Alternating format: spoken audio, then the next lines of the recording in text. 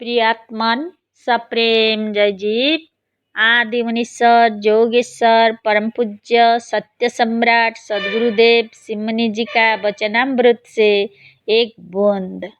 एक अहम बहुश्याम। वेद में कहा है कि उसने इच्छा किया कि मैं एक से अनेक हो जाऊं और इसी से सारा संसार उत्पन्न हो गया। ब्रह्मा ने वेद के अनुसार सृष्टि के आदि में कहा था कि मैं एक हूँ, अनेक हो जाओ। बस सारे संसार की उत्पत्ति हो गई। इंजिल में भी कहा है कि आदि में वचन था और वचन में सब कुछ हुआ। अब भी जो कुछ हो रहा है उसके कारण शब्द ही है। किसी कार्य को लीजिए, उसका कारण शब्द ही है। संसार की बड़ी बड़ी लड़ाइयाँ शब्द ही के कारण हुई है। सुलह भी शब्द ने ही किया। प्रेम और विरोध सबका कारण शब्द है। बिना इच्छा के कुछ नहीं होता और इच्छा स्वयं शब्दों में हुआ करती है। इच्छा का प्रत्यक्ष रूप शब्द है। शब्द इच्छा को व्यक्त करके और अपने धक्के से सारे संसार को हिलाकर इच्छा को पूर्ण कर लेता है। पानी की इच्छा हुई कि वह शब्द के रूप में मुंह से निकल पड़ी। पास निकलते ही नौकर ने पानी उपस्थित किया। मुंह में पहले पानी शब्द आया और बाद को पानी स्वयं आ पहुंचा। सच्ची बात यह है कि इच्छा स्वयं अर्थरूप है। जिसकी आप इच्छा करते हैं उसके मिलने में जरा भी संदेह नहीं है। जिसकी आप इच्छा करते हैं वह इच्छा स्वयं वह वस्तु है। इच्छा सफलता की वह सीढ़ी है जिसके बाद सफलता स्वयं खड़ी रहती है। इच्छित वस्तु को प्राप्त करने में देरी नहीं है, पर ना मिलने का कारण है कि इच्छा के जो शब्द हमारे भीतर से उठते हैं उन पर हम स्वयं विश्वास नहीं करते। हमें स्वयं शंका हो जाती है।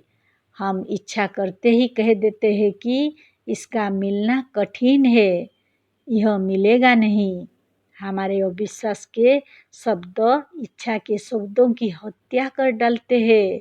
नहीं तो मनुष्य के शब्द में ब्रह्मा की शक्ति है। जो शब्द भीतर से उठे विश्वास के साथ उठे। विश्वास के साथ उठे हुए व मुंह से बाहर निकले हुए शब्द में ब्रह्मा की शक्ति है। अतः कहिए और विश्वास के साथ कहिए कि हम निरोग हैं।